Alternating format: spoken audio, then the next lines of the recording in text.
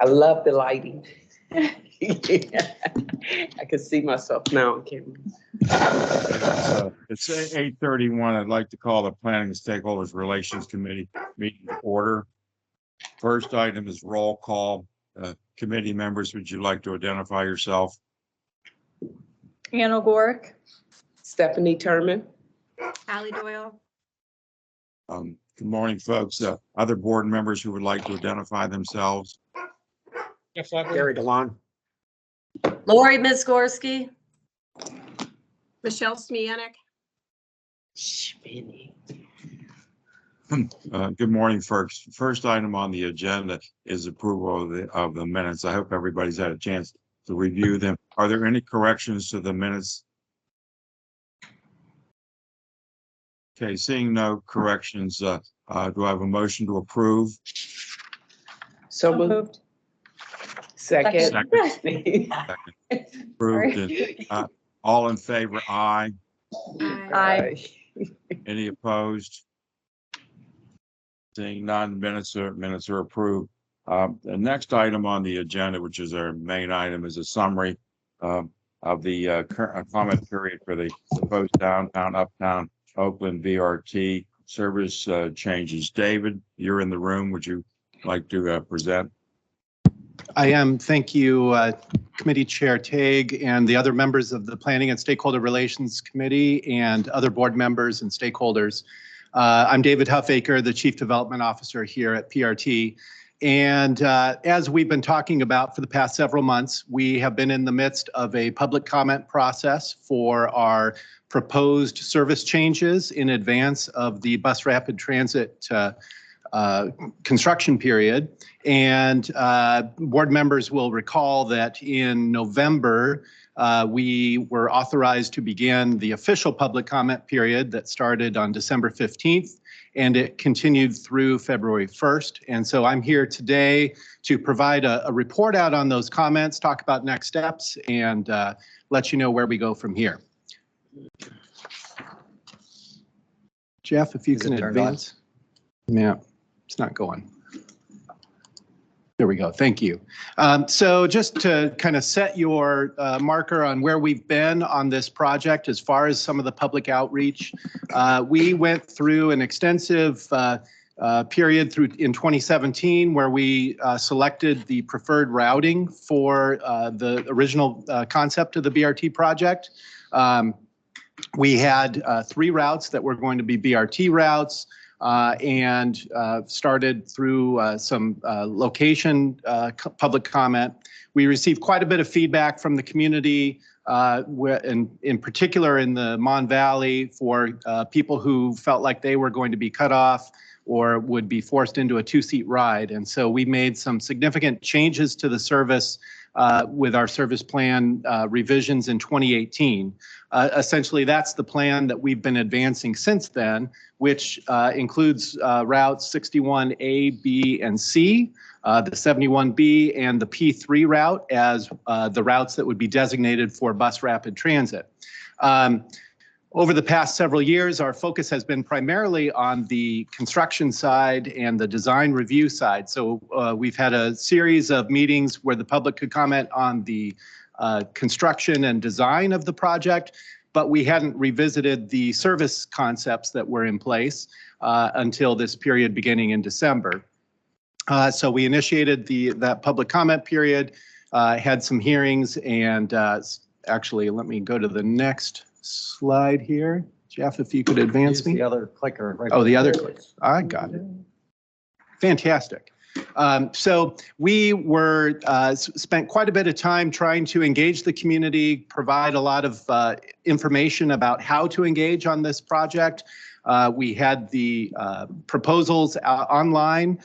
We also included information in some media, newspaper, social media announcements. We had a number of brochures that were available in a number of public locations, and tried to get the word out as much as possible. We also had an information session in the boardroom here that enabled stakeholders to have a dialogue with us, to ask questions, clarify what the service proposals were. And then actually on January 18th, we had a series of 3 public hearings where we again enabled people to come in and provide their testimony to get it into the official record. So we now have quite a good record of the comments that have been received during this period. We got a total of approximately 730 comments, actually not approximately, it was 730 comments, which I'm happy to say does reflect a good diversity in terms of demographics, race, income, geography throughout the service area. And this pie chart might be a little bit hard to see, but the vast majority of the comments were received through the online tool. About 95% of the comments received came through our website. However, we did get some calls through customer service. We also had some emails that came in directly to our BRT information line. We got comments through the public hearing and had available for people to either mail comments in or hand deliver them to our offices here. So when you add that to the comments that had been received through the earlier engagement on service planning, which was about 2,800, we are now over 3,500 comments that have been received on the proposed service changes. So the next question, of course, is what were those comments?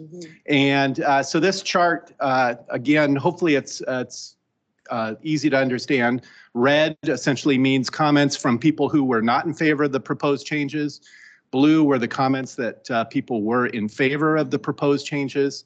And I'll do the math for you. If you totaled all of the comments that were either in favor or in support of the changes or opposed to the changes, the majority of the comments were in favor of the changes. We had about 1,800 comments in favor and about 1,600 comments opposed. You might wonder, well, if you only had 730 comments, how could you have that many other comments? People were free to comment on multiple aspects of the service proposal. We broke those comments down by the specific recommendations that were in place, and I think there's one column that stands out like a sore thumb, which is the P3 at Wilkinsburg. And we did get a significant number of negative comments, people who are opposed to the changes that were put out for the P3. And just to remind you that those changes were, we are actually extending the P3, which runs from Swissvale into Oakland today.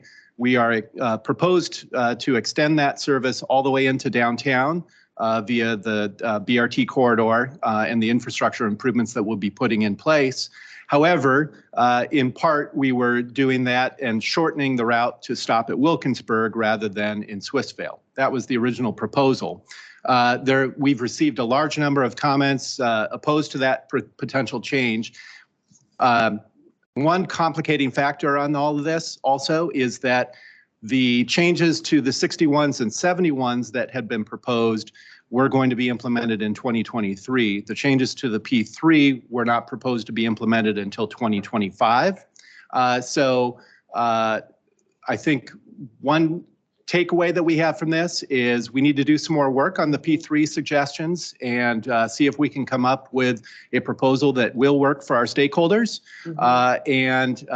Fortunately, we do have time before those proposals were planned to be acted upon. So we've got a couple years to do some additional analysis, additional outreach, and talking to the community to do right by our stakeholders.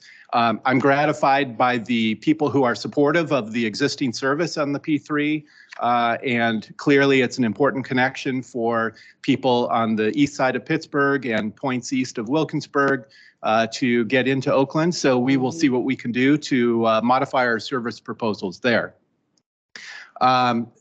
Moving to the next steps, and I'm just going to actually add all of these out here. We will be, in March, taking to the board our Title VI report on the proposed service changes and a recommendation for what the proposed service changes for 2023 will be. That will be something that the board votes on, and should those changes be approved by the board, they would be enacted on at earliest on our October 23 service change. We are recommending that we are going to do some further evaluation on the changes for the P3, and we'll defer that to a future supplement to this Title VI report, and which will give us a chance to evaluate the performance of the system, evaluate the performance of the battery electric buses, and see if there are other ways to provide that connection for people coming from Swissvale into Oakland and downtown. We do expect BRT construction to start later this year. That will be on the downtown loop, what we're calling phase 1. You'll be hearing more about that in coming months. And then the phase 2 construction uptown in Oakland would begin in early 2024. So that's all I have. I'd be happy to take any questions or comments at this time. Thank you. Okay, thank you very much, David, for the update. First, are there any committee members that have questions of David? Okay, seeing none. Additional board members have any questions of David?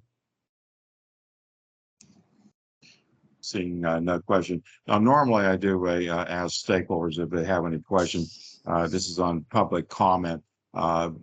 But I'd entertain questions on the process, not necessarily, not any details of that. So are there any stakeholders in the room that have a question of David?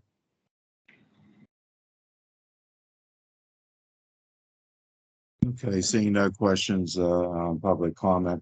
Do I have a motion to adjourn the meeting? So moved. Great job, great engagement. Mm-hmm. Thank you, Stephanie. A second to adjourn? Second. Okay, meeting stands in adjournment until to our meeting next month. Thank you very much for joining us this morning. All right, we'll just take a minute to let everybody pull up their Finance Committee agenda.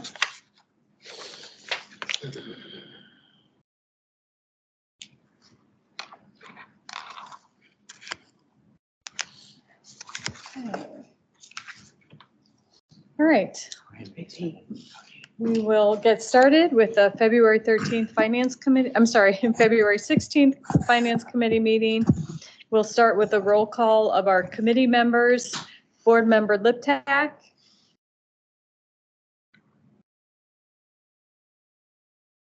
Board Member DeLon.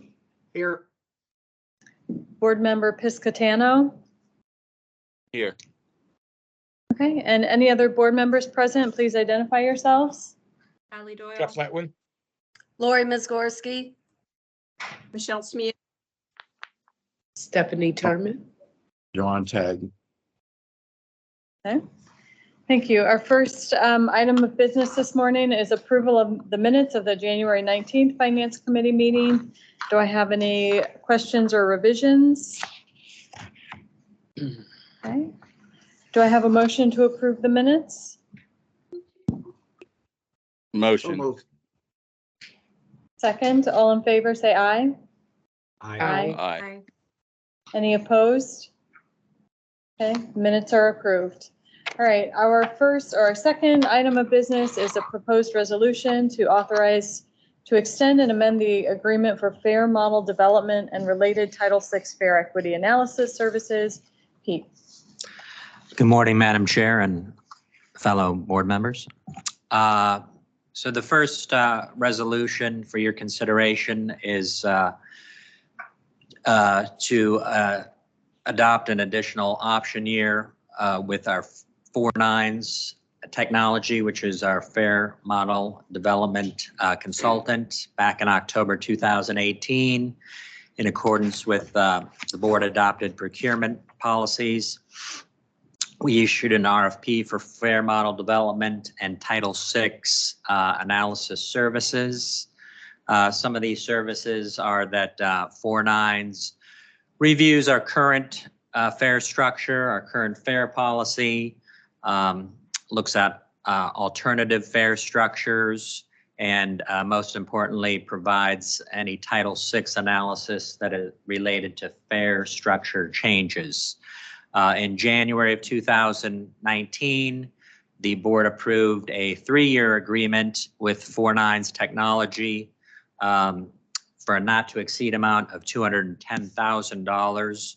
And this is on a work order basis, so they're only paid if obviously there's work to be done in this regard.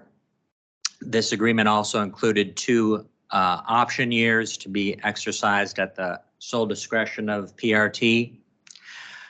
Last February, the board authorized the adoption of the first option year, which extended the agreement through February 28th of 2023 and increased the not to exceed amount to $410,000.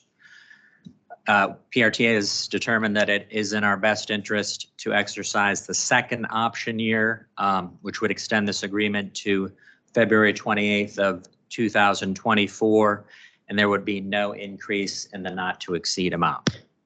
Okay. Can I answer any questions regarding this resolution? Any questions from committee members?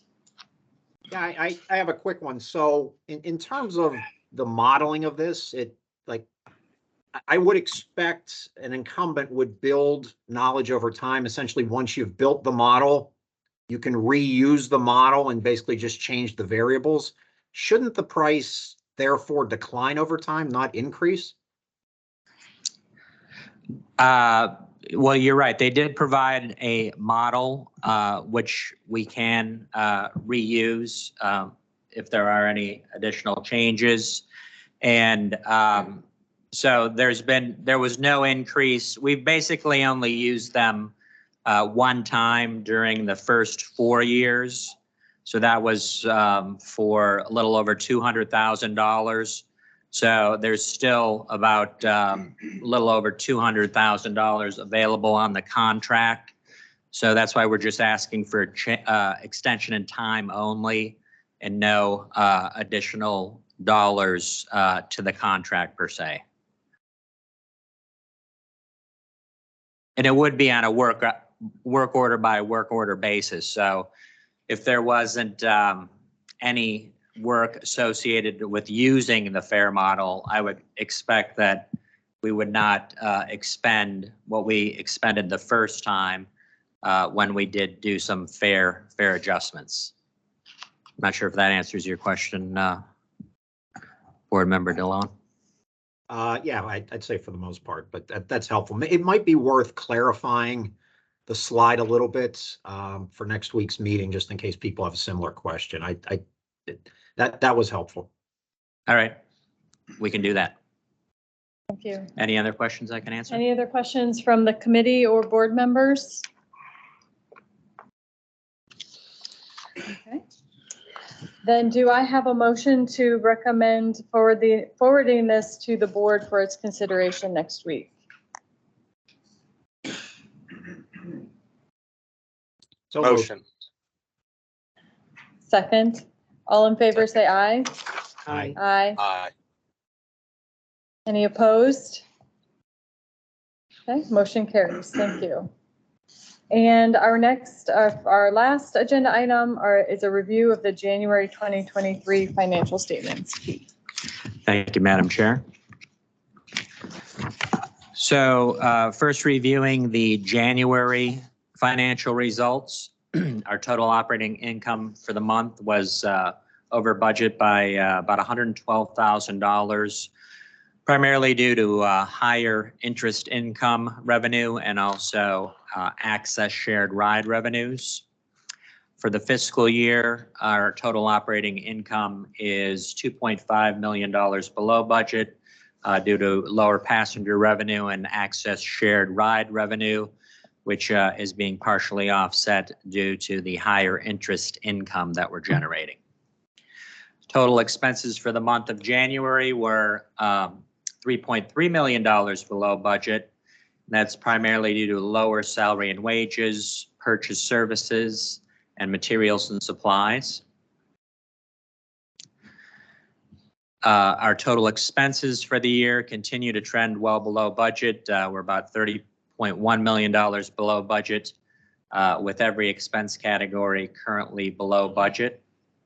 From a subsidy perspective, For the month of January, we were $583,000 below budget, and that's primarily due to lower state operating assistance, which is related to the Access program. Subsidies from a year-to-date perspective are $3.7 million below budget, and that's due to lower ARPA invoices, which should normalize by the end of the year if the full budget of federal subsidy is needed. Now, changing to our, looking at our year-over-year results, our total operating income is up $3.4 million from last year, and that's a 10% increase through January over last year. Passenger revenue has increased by 1.9 million or 7% from last year's levels. Our interest income is 1.3 million higher than last fiscal year due to higher interest rates. Total expenses are $13.6 million higher than last fiscal year, and that's principally due to higher employee benefits caused by higher pension and unemployment expense. Materials and supplies are higher, and that's primarily due to increases in the material line item and also reconditioned unit expense. Our other expense is higher than last fiscal year, and that's due to higher software license expense. The subsidies are higher than last fiscal year, and that's because of an increase in total state operating assistance, and then also our ARPA invoicing that we've done this year is higher than last fiscal year. Moving to the operating reserves, we began the month of January with $141.5 million in operating reserves. We had cash inflows of $65.7 million, and that was due to a $14 million payment from Allegheny County, and then also $21.9 million in ARPA receipts. During the month of January, we had cash outflows of $40.1 million related to payroll, benefit, pension, and materials and services. So PRT ended the month with $167.1 million in operating reserves. Can I answer any questions regarding the financials for the month of January? Any questions from the Finance Committee? Any questions from other board members? Yeah, I have a question, Peter, on Access. I'm assuming that the revenues are down because of lower ridership on Access. Is that right? Yes, partially. And there's also about a 30-day delay in getting some of the actual invoices from the Access program. So that is also probably an accrual for the month of January. So when we get the actual invoices, there could be a reduction in that variance that I noted. And we can use ARPA funds for that, right? For the Access program?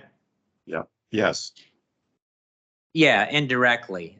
Right now we're using, when we put in our ARPA invoicing, it's for the most part related to operator wages and benefits. So we don't particularly include Access expenses, but if there's a negative variance overall for PRT, we would make that up and include operator wages and benefits as part of our invoice. So Right. it does get covered. Right, because the drivers are paid more. I just wondered how we were handling that, and the rates for riders has not gone up at all. So that's why I'd asked that question. I was During the about how that was pandemic, we being made a handled. concerted effort to make sure that obviously we wanted to make sure that the service providers the third-party service providers that Access uses remained in business, during the pandemic times. And so we have worked closely with Access to make sure that that we have, strong third-party providers during these difficult times. Right, because a couple of access providers have gone out of existence, or no longer provide services. So I was curious about that. Thank you very much, Peter. Thank you, Ian. You're welcome. Any other questions? Okay, thank you. Good job. Thank you. Thank you. All right. That was our last agenda item. Do I have a motion to adjourn? So moved. In a second? Second. Okay, we stand adjourned and we'll see you in March. Thank you. Good morning, everyone. My name is Michelle Smianek, and we're now ready for the Performance Oversight Committee meeting. So just take a moment and adjust your paperwork and we'll get started. So good morning. So the first thing I'm going to do this morning is say good morning and welcome to our newest member of our committee is Representative Nick Piscatano. So thank you and welcome aboard, and we all look forward to working with you. I look forward to working with you on the POC committee. So welcome. With that in mind, we're going to start with roll call. So could my committee members please state your name for the record? Lori Mizgorski, Nick Piscatano. Perfect, thank you. And other board members that are participating this morning, please state your name for the record. Allie Jeff Doyle. Letwin. Jeff Letwin. John Tagg. Ann O'Gorick.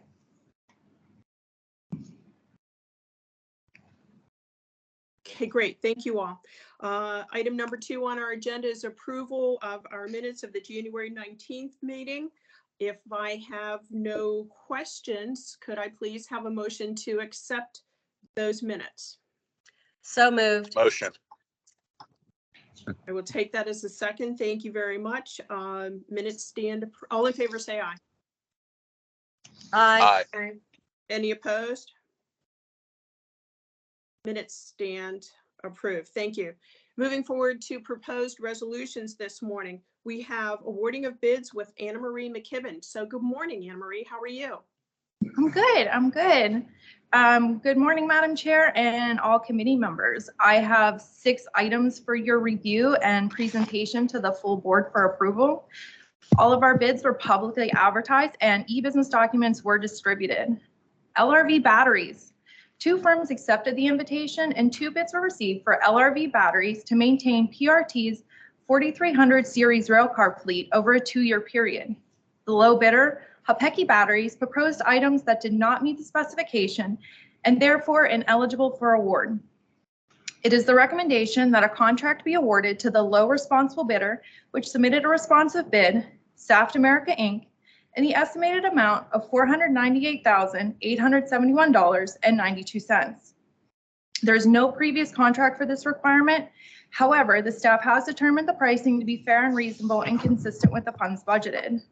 One thing to note, that the bid that was submitted by Hapeki Batteries was in the amount of $223,010, which is a difference of $275,000.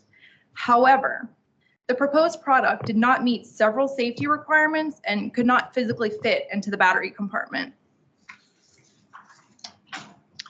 Fire alarm certification and testing. 2 firms accepted the invitation and 2 bids were received for fire alarm system testing and certification used to service the fire alarm system throughout PRT's buildings and facilities over a 3-year period.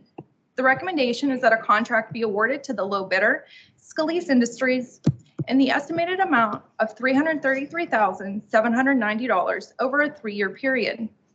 This price represents a 3% increase over the previous contract prices for these services 2 years ago. Bus batteries. 3 firms accepted the invitation and 4 bids were received for bus batteries used in the maintenance of PRT's bus fleet. It is the recommendation that a contract be awarded to the low bidder, Northeast Battery and Alternator LLC, and the estimated amount of $493,500 over a 1-year period.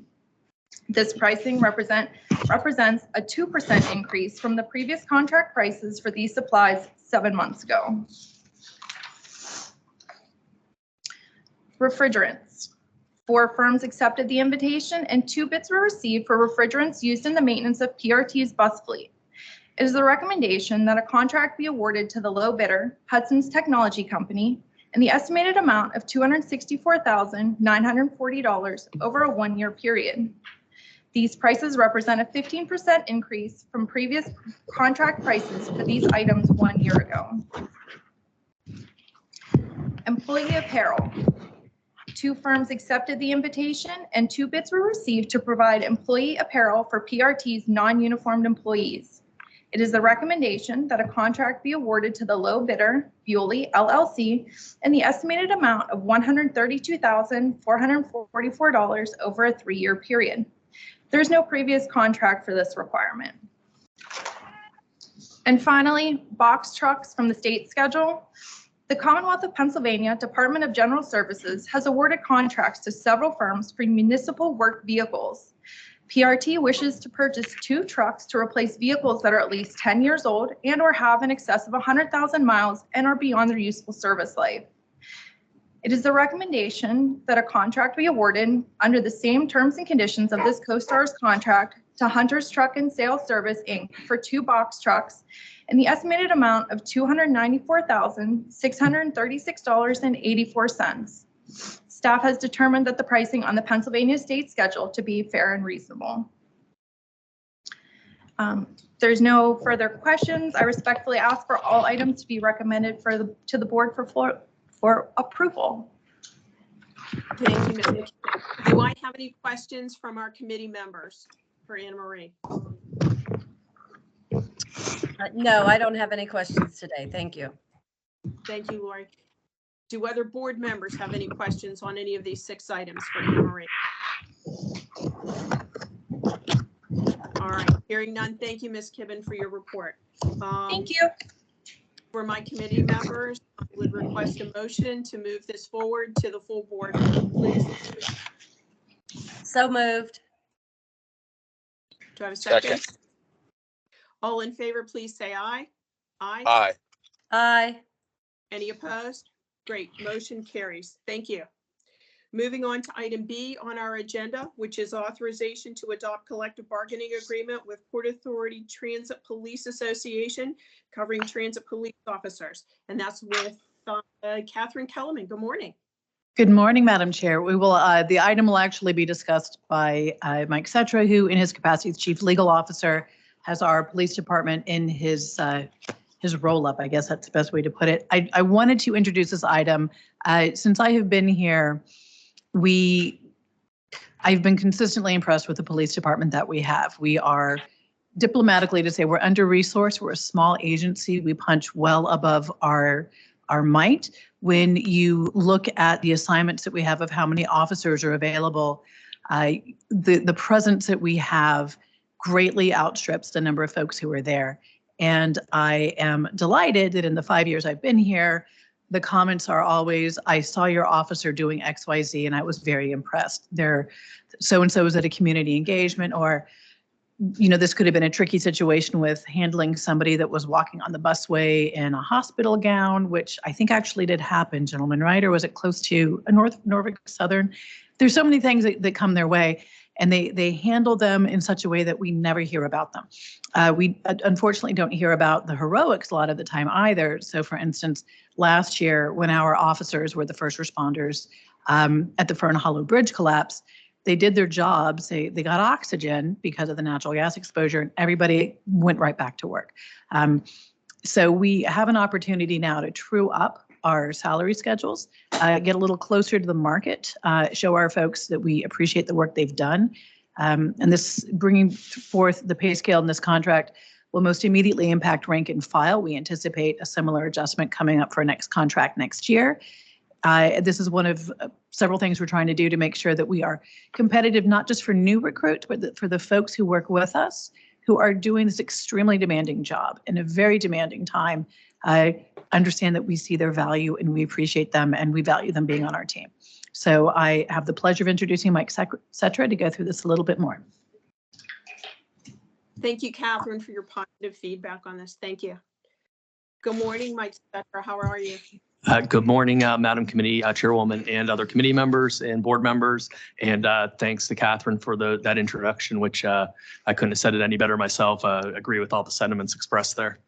As far as the resolution itself, as noted in your packets this morning, this resolution would authorize PRT to enter into an amended collective bargaining agreement with the Port Authority Transit Police Association, known as PATPA, covering rank and file transit police officers.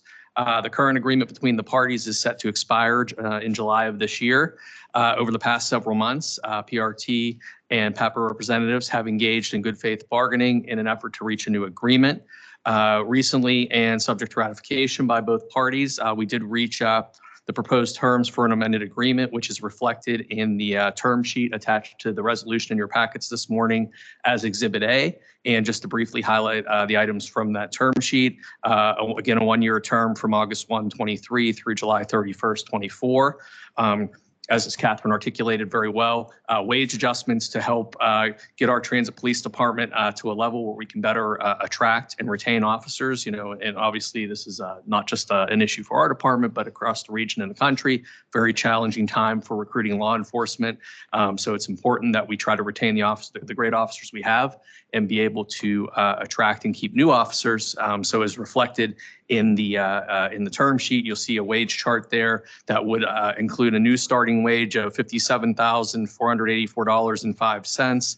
That would be for a first-year officer. That would reach $76,645.40 on our current 3-year progression to get the full rate, and that does reflect an approximately 18% adjustment. Again, based on salary surveying we did both regionally and based on surveying what other transit police departments are paying.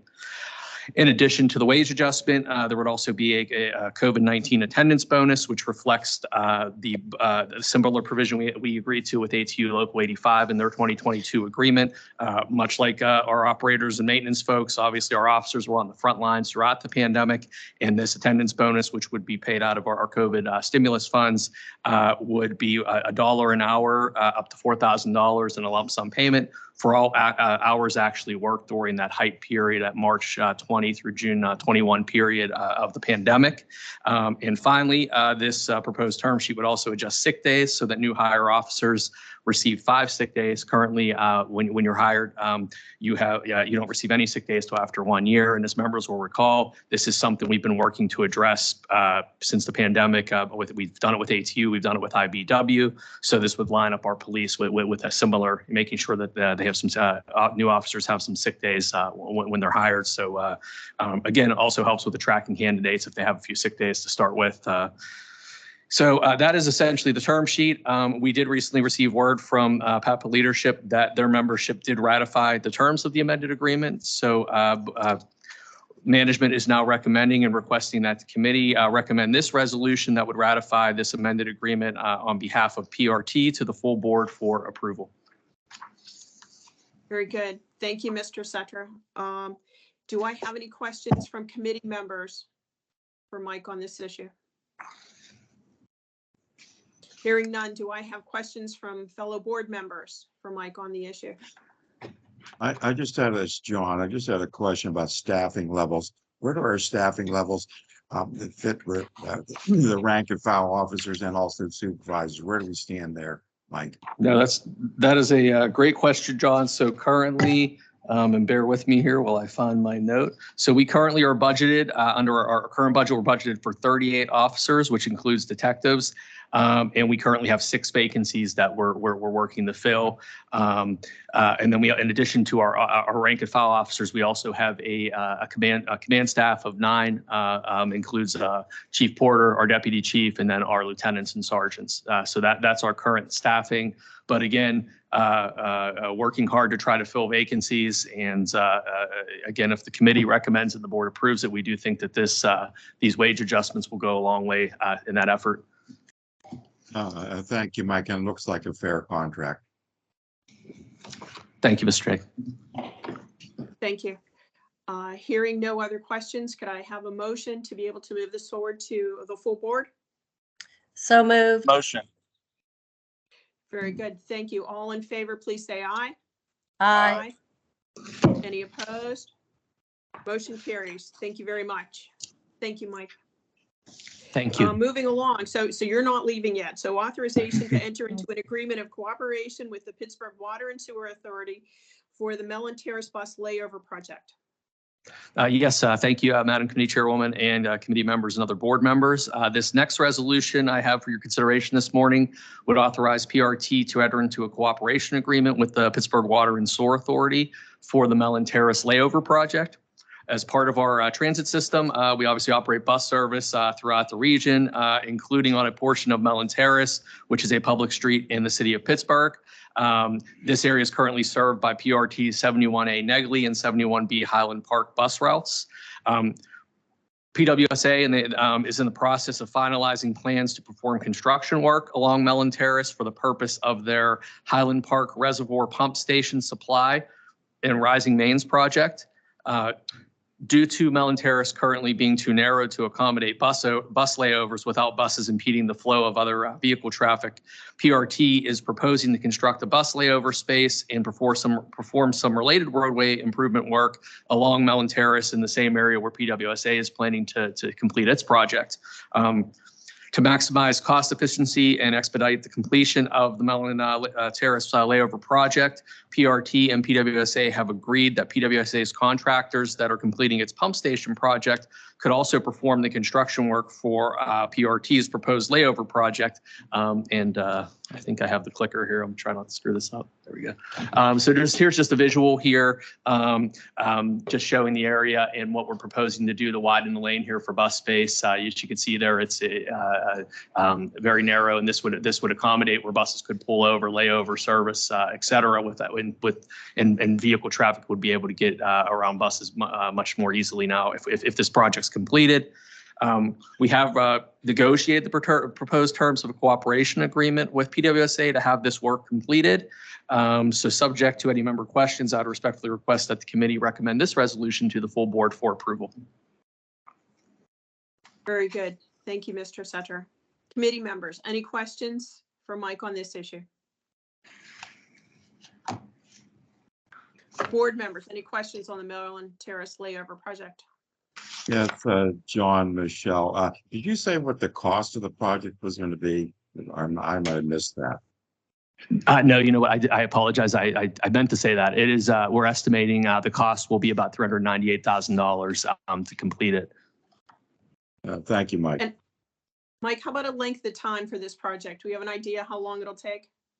Again, subject to the committee recommendation board approval, our goal would be to have our cooperation agreement executed by early March. And they've already begun some phase one work for their pump project. So we'd anticipate they're supposed to be starting this next phase here this spring. So we're hoping by late spring, early summer that this work would be well on its way to completion.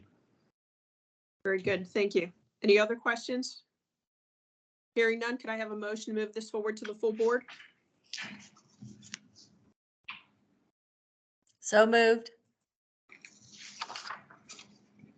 Second. All in favor, please say aye. Aye. Aye. Aye. Any opposed? Motion carries. Very good. Thank you, Mr. Sutter. Now we're moving along to item D, authorization to adopt and implement amended public transportation agency safety plan. And again, Mr. Sutter, thank you. Yes, thank you again, Madam Committee Chairwoman. This next resolution would authorize PRT to amend its Public Transportation Agency Safety Plan, commonly referred to as our PTASP, based upon a federally and state required annual review of the PTASP. Before I present the resolution, I'm going to invite PRT's Chief Safety Officer, Bert Jennings, up here to provide the committee a brief presentation just concerning the history of our PTASP and key proposed changes from our 2020 review of it. It's a pretty large document you probably saw, so thought a little presentation here would be helpful. So Bert, I'll turn it over to you. Good. Good morning, Bert. Thank you for presenting this morning. Good morning, Madam Chairwoman and all board members, Catherine and PRT's senior team. And I do want to thank Catherine and especially Mike and Chief Porter and my Deputy Chief Chad Snyder for their support during what's been a rather long process this year for PTASP approval. First, a little history. The PTASP was originally developed and adopted in July of 2020, and it replaced a long-standing system safety program plan, which also system safety was its own approach to safety. Federal government and Congress come out with new plans, and under MAP 21 laws, change the name, which would be Public Transportation Agency Safety Plan. And so we began work on that and had the first one approved in June of 2020. And it was issued agency-wide in July 9th of 2020. And we were certainly felt good that year to be the first rail transit agency in Pennsylvania to have our PTASP approved. Next slide, please. So the PTASP approach, which is ultimately it's SMS, Safety Management Systems, has 4 components. And under the past several years, we have been worked toward implementing SMS. The components being safety policy, safety risk management, safety assurance, and safety promotion.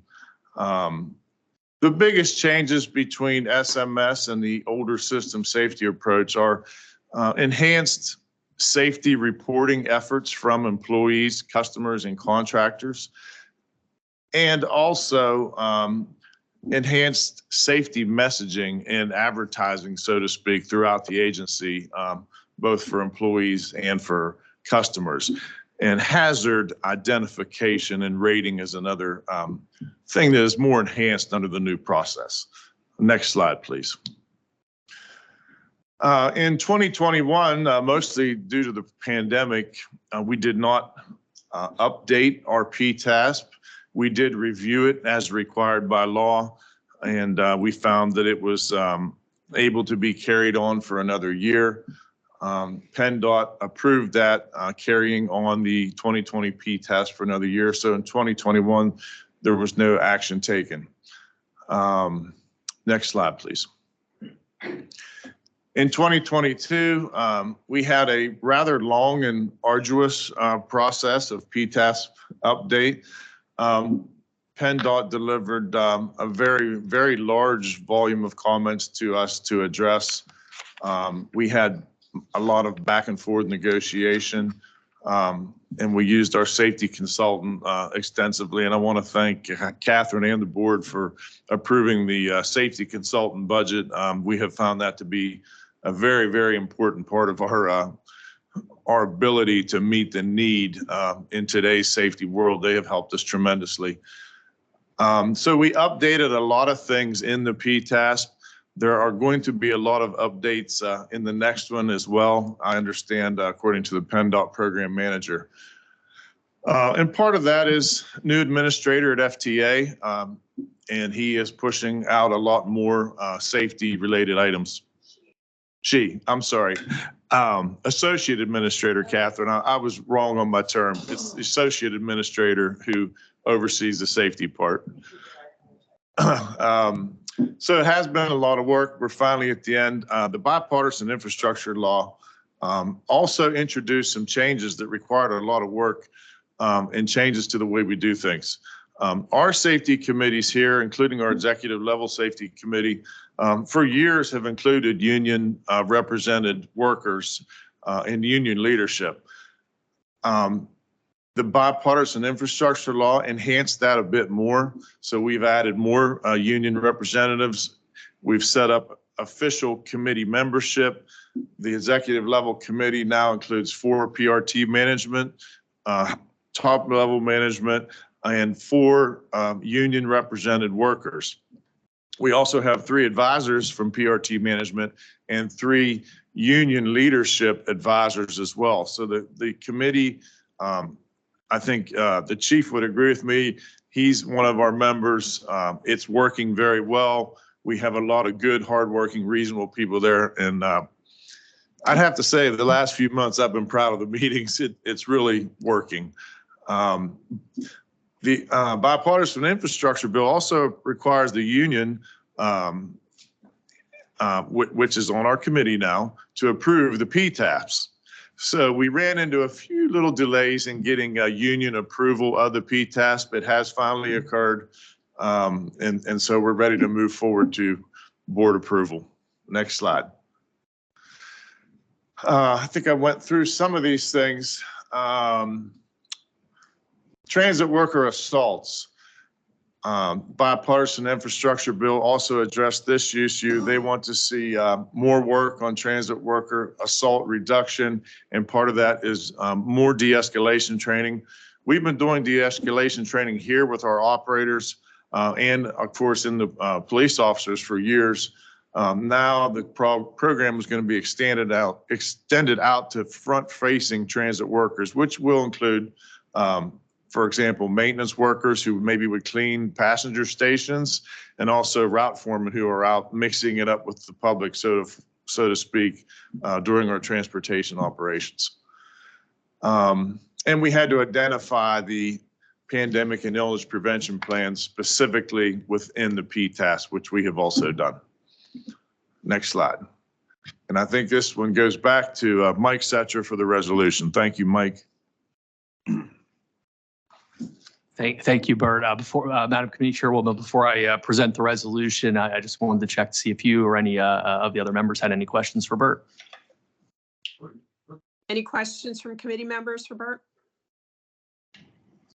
Questions from other board members? It's John. Maybe I should know the answer to this.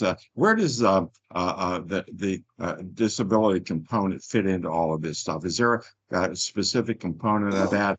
And the other thing is there any interaction with the Committee for Accessible Transportation, the CAT committee, on this at all, Bert? Can you tell me that? I'm going to let Mike take this. He's more prepared to handle this, sir. Thank you. Yeah, John, that's a very good question. So the PRT PTAS that's for you today is for our fixed route system, but our access system also has their own PTAS that each of the carriers has to comply with.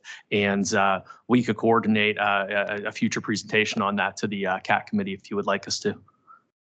And I'm not talking specifically about access. I'm talking about the system itself, because obviously folks with disabilities use the system. So yeah, so as far as use for ADA use of the system, et cetera, and individuals with disabilities, that's all part of the rider safety component of the plan. So throughout, it falls under, they call it under and this is new under the SMS system, it's all falls under hazard mitigation. So if there's any hazards identified that would be specific to individuals with disability, it would go through our rating system. And if there was corrective action identified, it would then be put on our corrective action plan through resolution.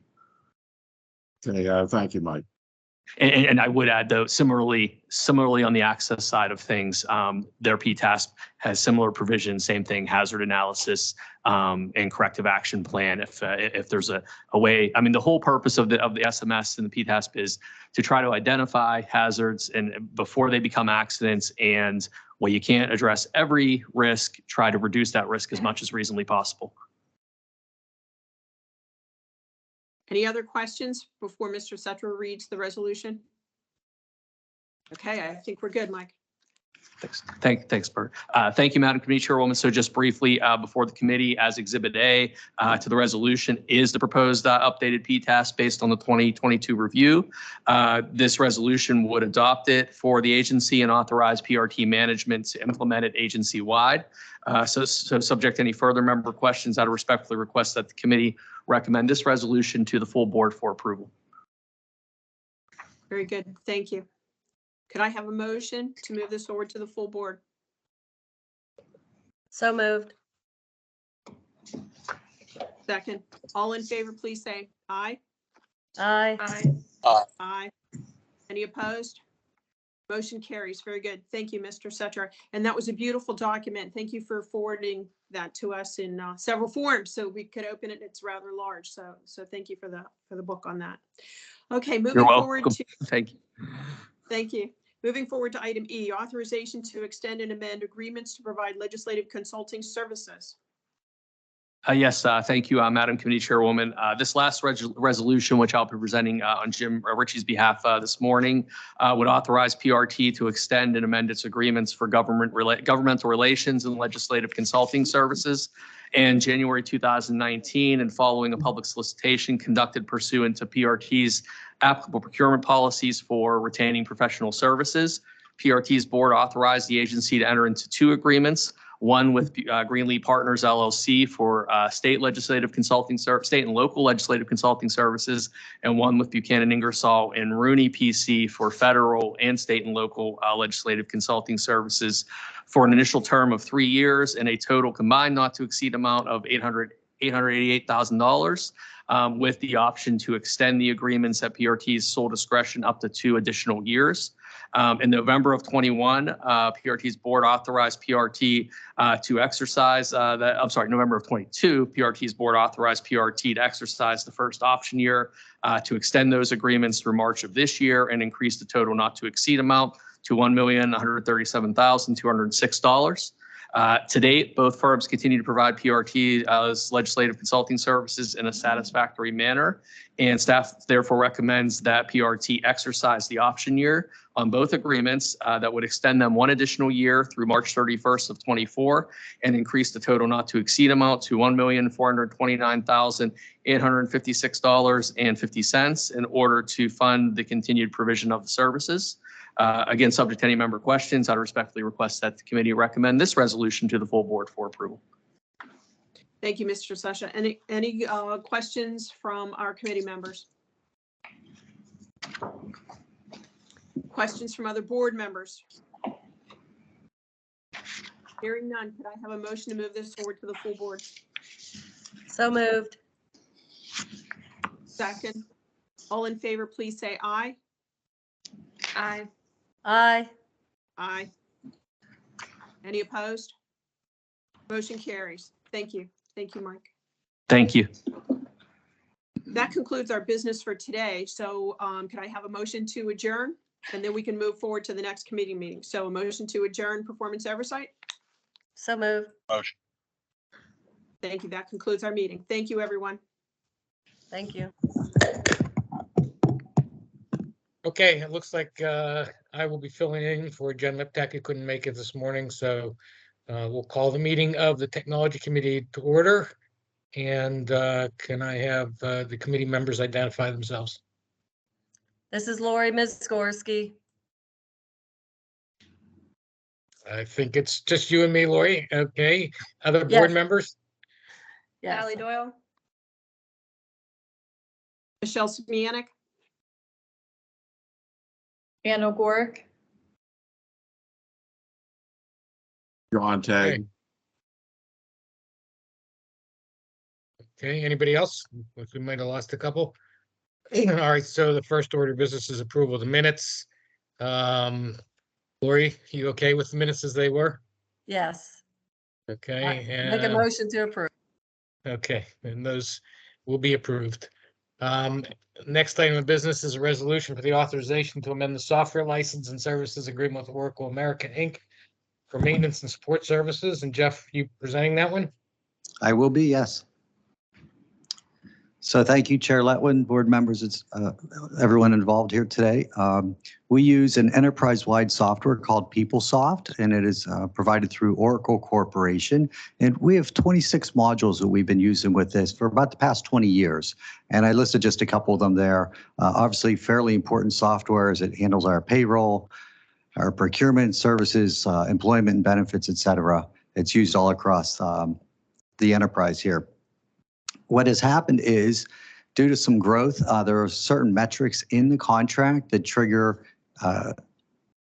rate increases over time. And we've reached a threshold for some of the base licensing costs that requires us to come back to the board. The original the most recent contract was in 2019. However, this threshold was reached just this past year, which requires us to expand the contract to be able to continue with these services going forward. So the requested new total not to exceed would be $4,582,839.35. So I'd like to open the floor for questions first on this resolution and then ask for it to take to the full board.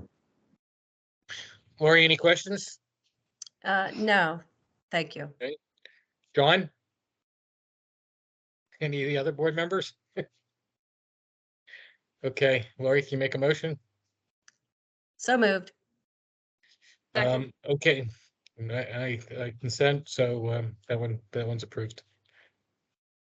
Okay. Great, thank you next very much. have to press- I failed to start the way I thought about it here. I wanted to do a major shout out to Eric McKibben, Pete Shank, Tia Gunn, the legal team, all the folks who worked through this process. It was, I'll call it a labor of love, maybe. But I appreciate everything that folks did to make sure that this service keeps running forwards. So I apologize for not starting with that. Mike Setra, do you accept that apology on behalf of the legal department and the others? My computer's working today, yes. Yeah. All right, do you want to report on the annual technology work plan? Yes. So as has been custom for the last couple of years, we like to bring during the first quarter of the year our plan for what the technology around the agency will be working on. Many of these actually are multi-year projects, so you've probably seen them in the past as we continue to work forward. So I'll just go through and introduce you to what we're working on as our core projects right now. So fare collection improvements tends to top the list every year.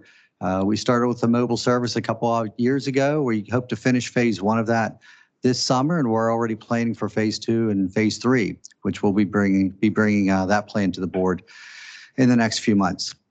The next big one is station digital communications. This started in some respect a few years ago with some of the digital signage out around the platforms on the rail and some of the busways. And what we're doing is replacing a 20-year-old audiovisual system on the rail and expanding same to the busways, and also adding more real-time arrival signs out along the busways and the rail. That will take a good couple years to work through that process. Mike presented earlier and Bert on the safety, the PTASP project, and one big aspect of that is the safety dashboard, where we report out issues with our safety and our metrics there. So that is a primary project for us for at least this year and probably into next. Another one, and this aligns really directly with the strategic plan, is process improvement, really looking at what we can do internally to improve things, reduce paper usage, make things go a little bit more seamlessly, et cetera. And then communications is something of a catch-all, and that catches anything from the website, our intranet, all the way into our phone system, which is part of our communication. So there's actually quite a few metrics underneath the communications project there. So any questions on those first 5? No, thank you. So moving on, some of these are a little bit more internal. We have a lot of capital projects that go through the pipeline. So we're working on some software to help manage our capital and our project planning a little bit cleaner. Electric vehicles are coming into the fleet. We need to make sure we're managing them appropriately. So there's obviously software that needs to be in place to manage that fleet of electric vehicles. And something else we've been working on for a couple years now is at our park and rides to be able to track the number of vehicles in the lots. And we're starting to see some of the lots start to fill up again now. So we will be able to publish the amount of vehicles in the lots so that riders can tell how full that lot is before they get there. And this is continuing. We actually have a grant for this one. As we have more money, we keep expanding it to other lots. Hastis is a particular software used by our scheduling and our operations teams to figure out which routes we're running where. And it is in need of a significant upgrade, which the board actually approved just a couple of months ago. And that will probably take 2 years to finish up that upgrade. So it's a very significant project for us.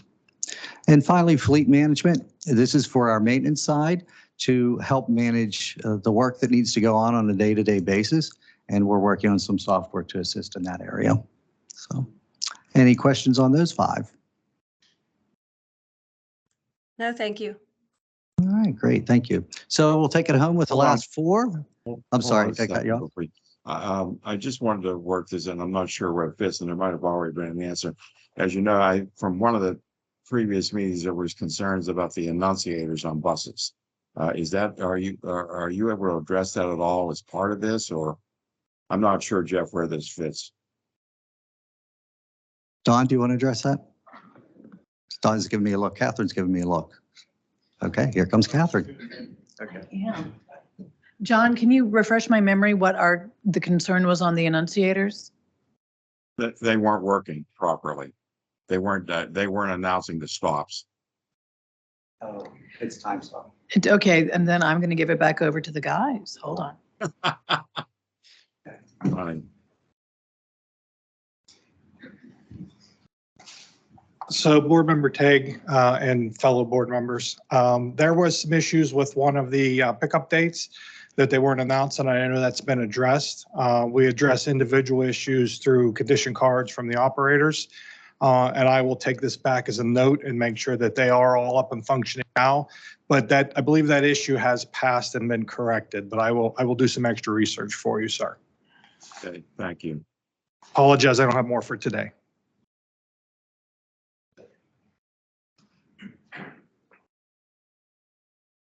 Any other questions, board folks?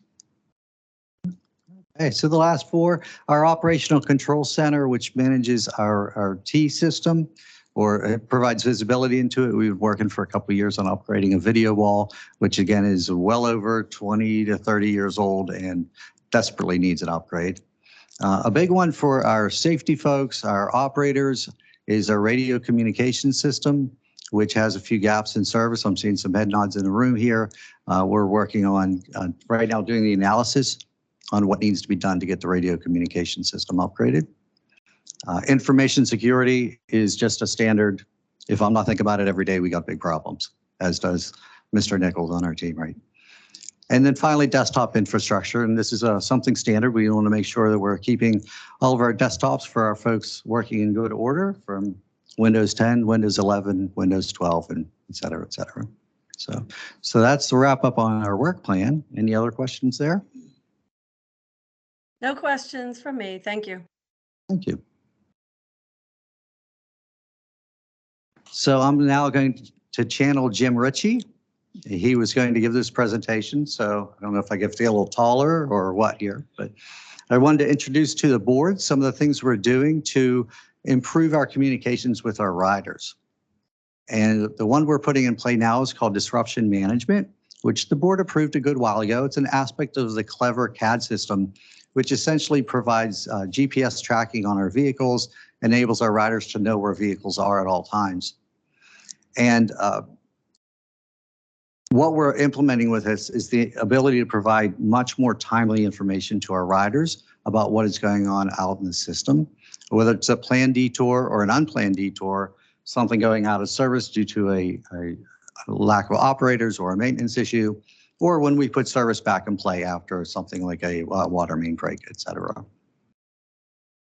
So what we do right now is we post our detours on our website, and folks are welcome to go visit the website and look through that detour list.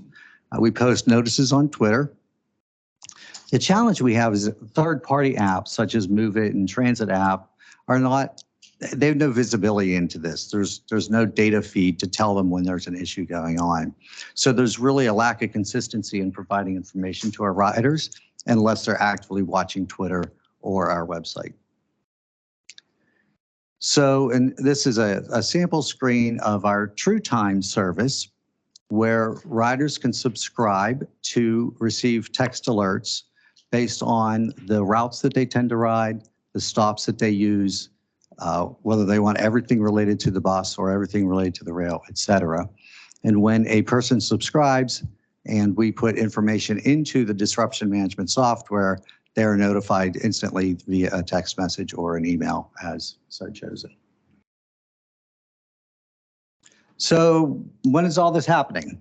We are right now in a soft pilot mode where we're testing everything out using trips from Collier, West Mifflin, and Ross. We will be moving to East Liberty probably in March to get the East Liberty routes online. And this is really only on the bus system with those 4 garages.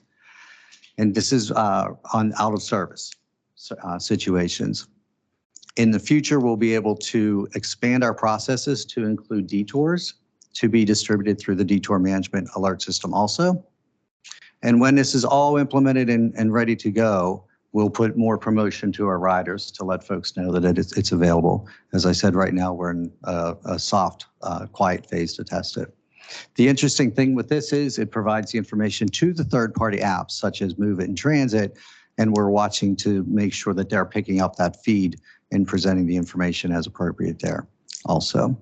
So, did I miss anything? Thank you. Great. This is great, Jeff. Any other questions? Thanks. This is great. This is really goes to our plan to make sure that riders are aware of what things are happening and nobody has to wait or miss an opportunity to catch their bus. So glad this is moving forward. Any questions, Lori?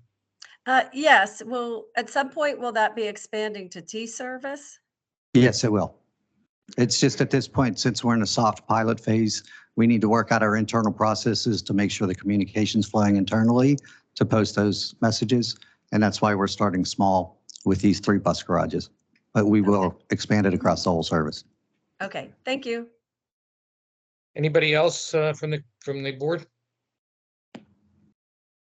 Okay, so that was our last item of business. So with that, we can conclude the technology committee, and they'll see everybody at the board meeting a week from tomorrow.